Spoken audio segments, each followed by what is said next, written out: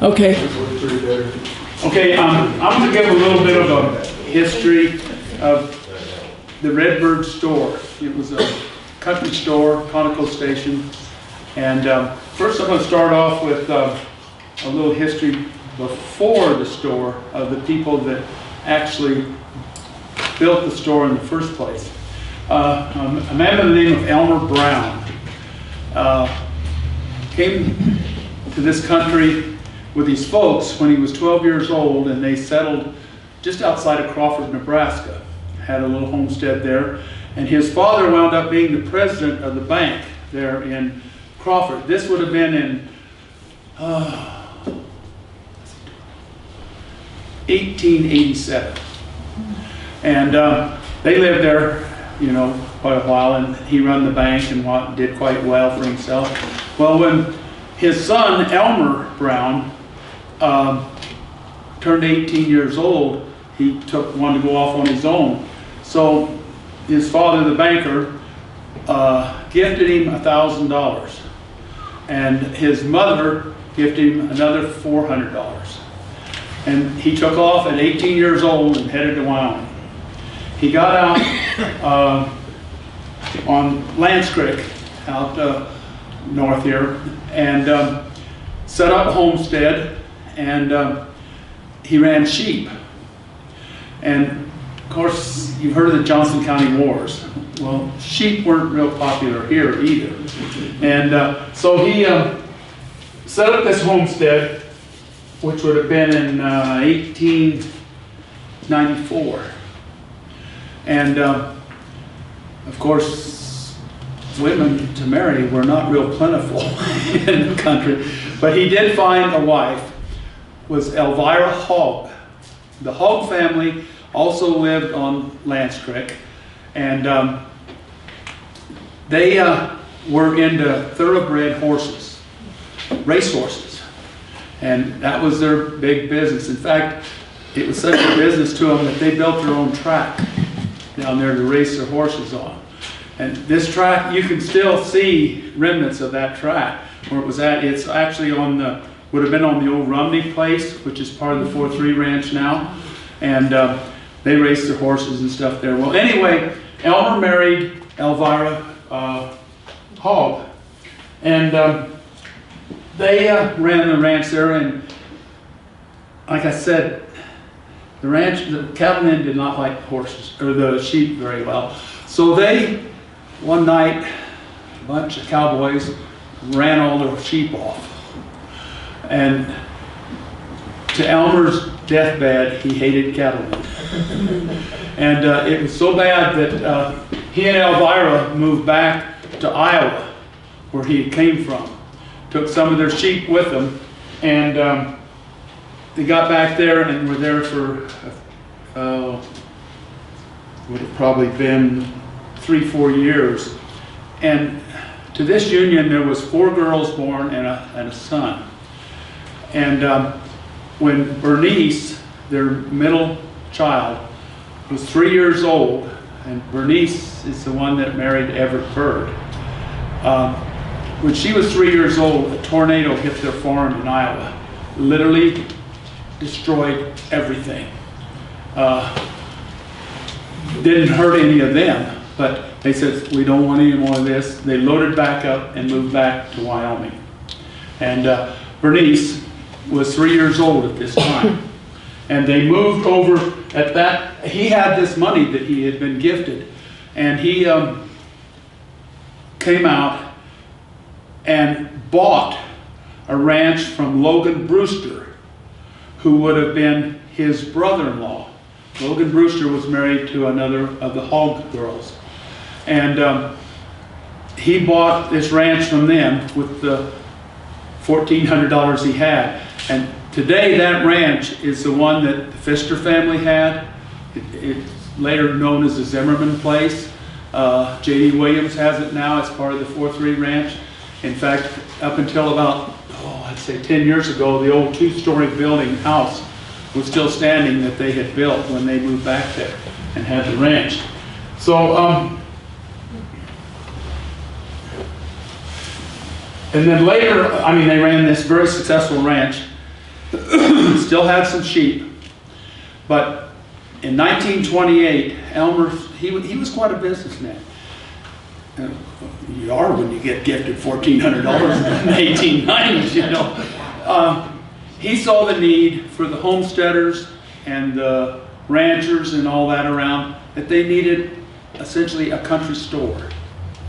So he built this. This was built in 1928. And as you can see, the store part here was finished, but this was a lean-to that was built later. And as you can see, there's no windows there or nothing. They're just in the process of building it. He started that in 1928 and was very successful with that. But deep down, he was a rancher, and, you know, and he kind of got bored with the store. And also, the store was on what was Highway 85. And it went right in front of the store. And so he had any traffic that way, you know, or all the people around and stuff. And my grandparents lived about a quarter of a mile south of this. It's where my grandfather homesteaded, and they had already, you know, built up a ranch there. And so he ran the store for about a year, and essentially got bored with it. And so a guy by the name of Johnny Stevenson approached him, or I don't know if Elmer approached him, and wanted to buy the store. So Elmer decided, yeah, I'll sell the store to you. And so the deal was that he was to pay $1,900 for the store, and he was to pay $100 a year plus interest. And well, consequently, he never paid a dime.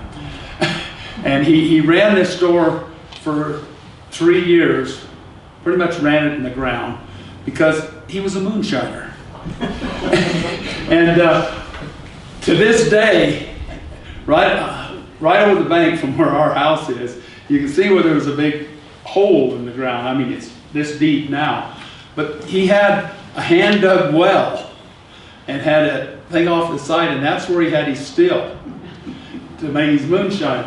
And they, not only that, out east of the store, they had an open area dance floor, of which he sold his moonshine, and they had dances there, you know. Well, I don't know the story, but probably the revenuers got to him, you know, and shut him down. But anyway, after 3 years of running it, Elmer took it back over. And at that time, in 1924, Bernice, which was Elmer's daughter, and Everett Bird were married. And Everett had real red hair. That's how he got the name of Redbird, you know. And they were living in New Mexico, and Red followed the oil field, the old cable tool drilling rigs and whatnot, you know. Well, he also had taken out earlier a homestead on Lance Creek, and had really not done much with it. I think Elmer probably, you know, essentially ran the thing. And so Elmer got a hold of him and says, you know, we got this store that needs to be ran, but I don't want to do it. He says, do you want to do it? And they essentially didn't have any place to live. There was no buildings on the homestead. So he traded his homestead to Elmer for the store. And they moved back out there. And to them, it was only going to be temporary, because they didn't want to run it either, you know. Well, 40 years later, they were still there, you know. But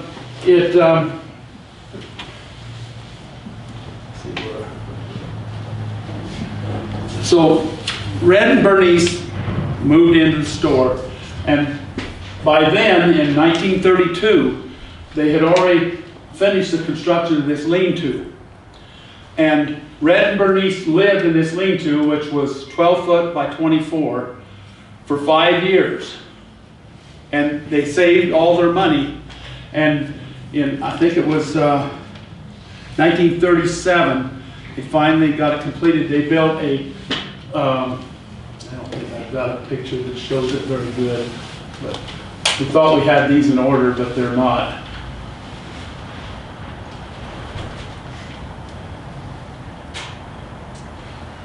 Well, you can kind of see right here is the house that was built onto the back of the store.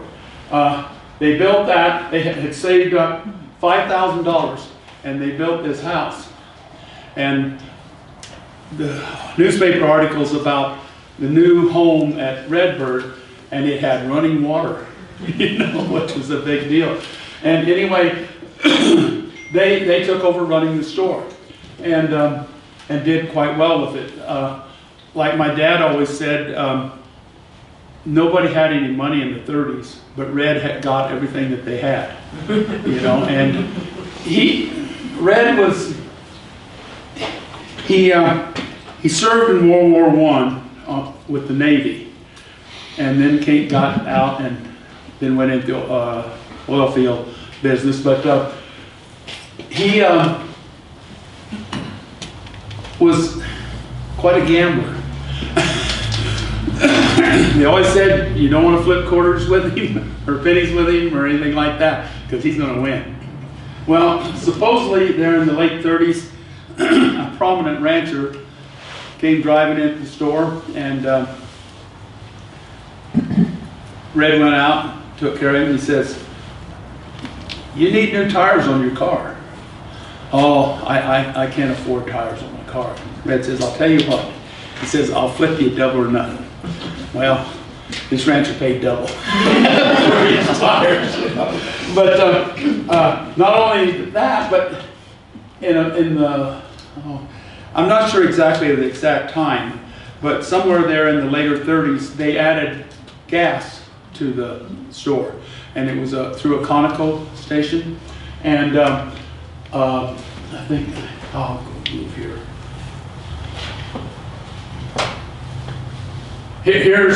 This is Elmer Brown and one of his daughters, Grace, and this was in 1928 when they had essentially just opened the store.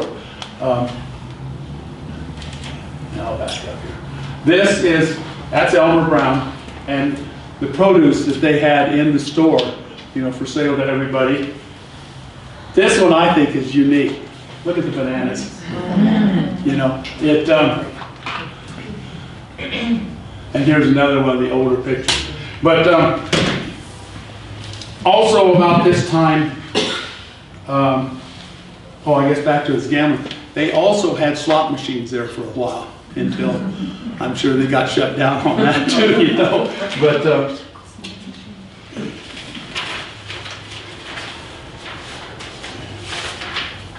after World War II, Red's brother Glenn, who had served in the Army, came, and he was not married or anything, and he lived there with them, helped run the store. He was quite a veteran. He survived Pearl Harbor attack. He was there when Pearl Harbor got bombed.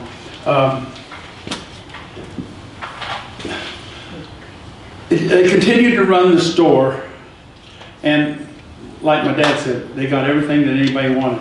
And what was really unique about it was they had a produce truck that came from Denver twice a week for produce there, you know. I mean, they had everything that you could ever want for a grocery store or essentially ranch supply store. I mean, they had tires, you know, whatever. And if he didn't have it, he'd get it in about 2 days, you know.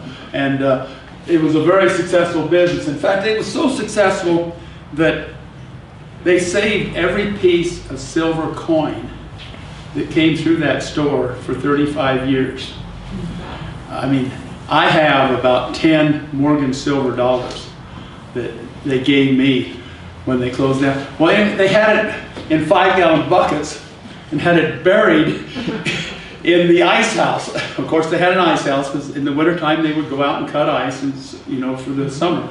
And like Bernice always said, you stand at the door and you jump in, and where you land is where the buckets are buried, you know.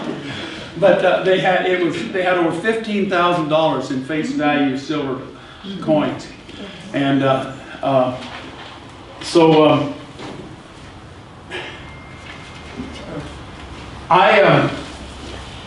well, I better back up.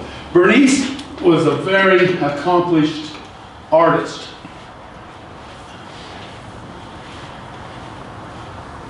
Oh, there's something I better back up. I kind of forgot.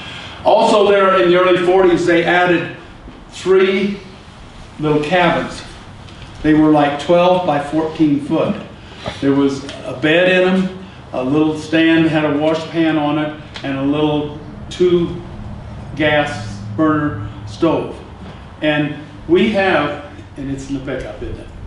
Oh, it's in. Oh, well, anyway, we have the register from when people would sign in, you know, and it was $1.50 a night for the cabin, no matter how many were in it or what, you know. And that would have been in the early 40s that they built those up. Bernice Bird was a very health-conscious person. She didn't eat anything that she didn't think was utmost health for her. And they never had any children.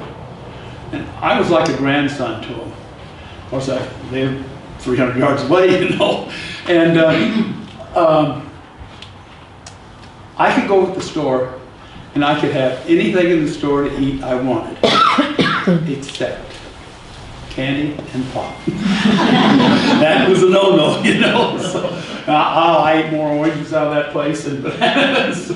But as I started to say before, she was a very accomplished artist. Here she is in her, what would you say, Debbie? Does that be close to 90? 90. Years old, and this is a painting of hers. And we have one of her paintings at home, and we got about halfway to town today. We forgot it. I was going to bring it in. But she and some other ladies, Bernadine Alder, Ines Mills, Izetta Boner, and a couple other ladies, had a studio in the museum here before completely, well, I had the museum going, but it was in, when you come in the front door, it was to the right. And that's where they did all their painting and stuff, you know, for years and years. But she was, like I said, was a very health-conscious person. And she lived to be 92 years old.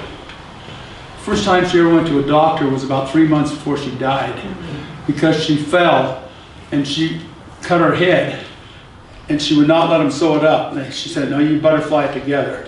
And it was quite a cut. But that was the first and only time she ever went to the doctor. And she lived to be 92. So I guess there is something to be said about living a healthy life, you know.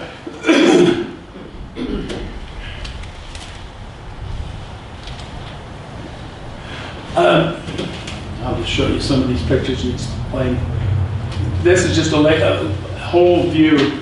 As you can see, it's 2 pictures put together.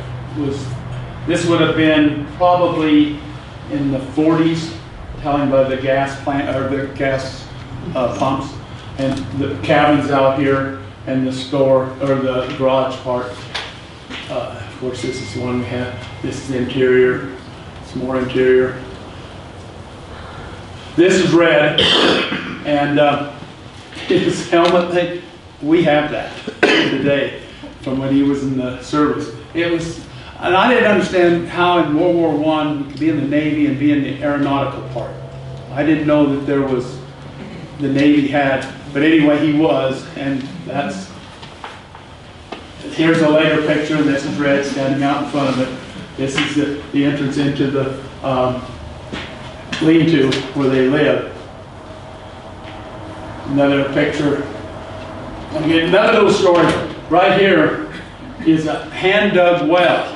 The creek water. It's like 30 foot deep, and we use it to this day.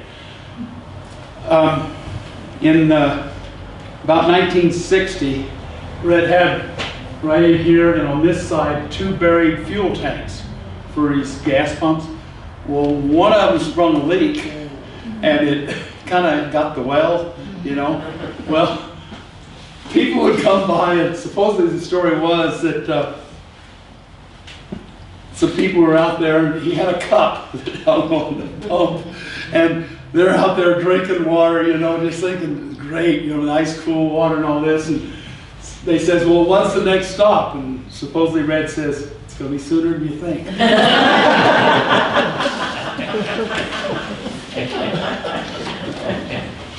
And in 1949, the highway changed. They did away with Highway 85 going in front of the store and went over and went north where you used to turn to come in that way. And that literally killed his business. After that, all you had was local people, you know. I mean, he still had a fairly good business, but nothing like it was when the highway went right by. And in 1964, they closed the store part. And I thought it was going to starve to death. I mean, we bought all our groceries there. I was a 16-year-old and ate every second I could, you know, and I thought it was going to starve to death because we couldn't go to the store and get something, you know. But then in 1968, they closed the gas part of the store. And pretty well closed the whole thing down, you know. Well, in 1970, Red had a stroke, and shortly thereafter he died. And Bernice, she never drove. In her whole life, she never did drive. My mother would take her quite often, you know, and I'll never forget one time, I think I was 8 years old. We had some milk, couple milk cows, and Kilmer Creamery would always buy cream. And so we were driving Red and Bernice's car. Mom was taking Bernice to town, and I was with them, and we got hit head on right at the Gearing's. And we had a 5-gallon cream can in the back seat. Guess where the cream went? And Red made him fix that car up, but the day he got rid of it, you could still smell the smell from the cream in there, you know. But after Red died, Bernice moved to Dayton, Wyoming, up by Sheridan, and she had a little art gallery there right on the main street of Dayton. And I really don't know. Have you ever heard why she moved up there? There was no... Her niece. Oh, was little Bernice there? Yeah. Oh, okay. And she lived there for a little while, and then she moved to Cheyenne. We took a U-Haul truck up, loaded her up, and moved her to Cheyenne. Her sister lived down there to be closer to her. Well, then a few years later, she moved here to Lusk and lived up here right by the park where Ron Matthews lives now, which was Izetta Boner's house, and she lived there until she died. But in 1972, I purchased the store, and there was 30 acres that went with the store. There's quite a story in my purchase. Like I said, I was like a grandson to him. She comes to me and she says, I've had people wanting to buy this and they want to turn it into a bar. And she said, I don't want that. And this 30 acres lays, I mean, we got it surrounded all the way around it. And she says, I want you guys to have it. And here's the deal. She says, you pay me $500 a year for 10 years. And if I'm still alive at 10 years, or if I should die before 10 years, the payments stop. But if I should live 10 years, there's a trust in your name for $5,000. So essentially we got the store and the land and stuff for nothing. You know, because she lived quite a bit longer than that. Well, she lived 20 years, in fact. In 2000, well, I better back up. When we moved back out there, we just got married. She thought it was the end of the world. You know, she said, like Debbie always said, that the only reason she agreed to move out there, she knew that there was people that turned to the west where we turned to the east that lived 30 miles back in there. So it wasn't all that bad. But when we moved back out there in 1972, we took in the store part, remodeled it into a living room, dining room, and kind of a utility storage room, and took the lean-to, well, I guess not right then, we didn't, and we lived there for 29 years. And it would have been, about 1980 that we took the lean-to into another bedroom where our kids all got up bigger, you know, and whatnot. But I say we lived there for 29 years. And the old store, the foundation under it was rocks, you know, for foundation, cemented together. Well, that wasn't a good deal. The house part had a good foundation under it, but the lean-to essentially had no foundation under it. So it was going all to pieces, and we decided that, well, we'll see about doing something with it. In 2000, they wanted $50,000 to put a foundation under that house.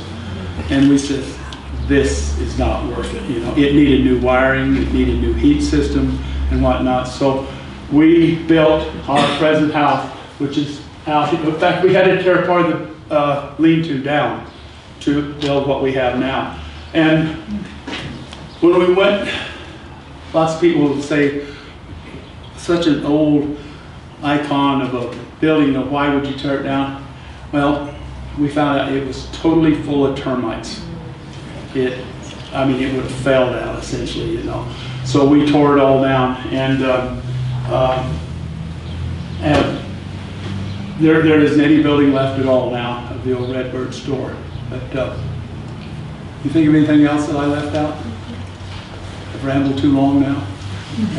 Back there not. Has anybody got any questions? What about the 3 little buildings? What happened to those? Cheryl Lund has one of them. You didn't know? Or do you not have it now? We have it? What did we do it for? A granary or something, I thought.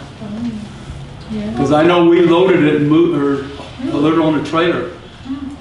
And the foundation of them were terrible too. It was all laid out and stuff. We just jumped them, you know. But it was kind of funny, really. When we went to tear them down, Ryan, our son, went out there with our big tractor and the loader and the gravel fork, and he came in right underneath the eave of the thing, you know, grabbed hold of it, he picked the whole building up. It was the old lumber, you know, that it was solid as could be, but there was nothing underneath the whole. In fact, I think at the time when they built them, it was nothing more than logs that they set them on, you know. So. Did you retain any of the Conoco pumps and any of that stuff, Jim? No. Oh, shoot.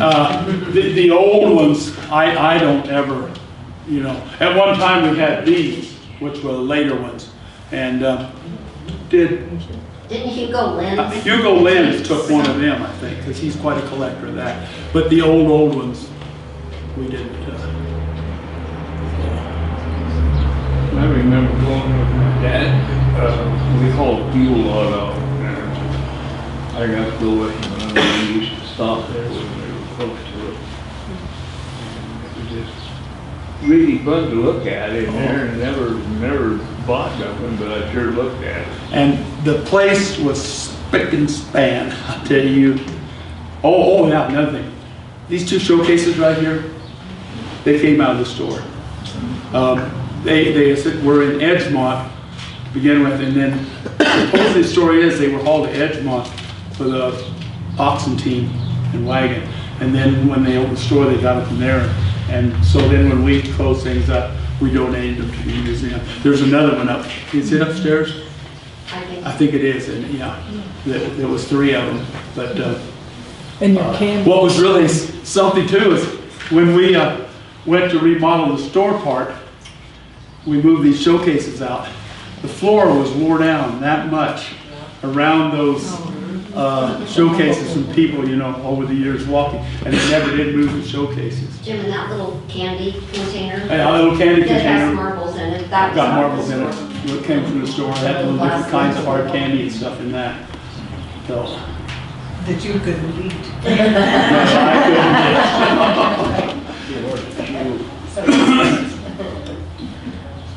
Anything else?